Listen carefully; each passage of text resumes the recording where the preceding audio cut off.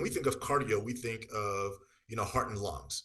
That is the heart and the lungs that's pumping the oxygen and everything like that to our muscles and everything like that. But more and more research is showing that aerobic conditioning is actually localized in the muscle and not the heart and lungs. So a study that was done in, I want to say it was 97, and another one, and it was redone again in 2000. They put people on a bike for sprint training, but they only exercised the one leg. So they did sprint training on one leg, and the control group just did endurance training on the one leg.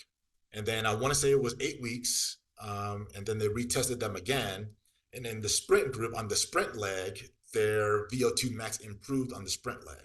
But when they tested the leg that was untrained, there was no VO2 max improvement. And so we think that cardio is a global thing throughout the entire body, when it actually really is specific to the muscle that is being trained, right? And that's what those studies actually suggest, that aerobic capacity actually gets built within the muscles that are being trained, not necessarily within the heart and lungs themselves.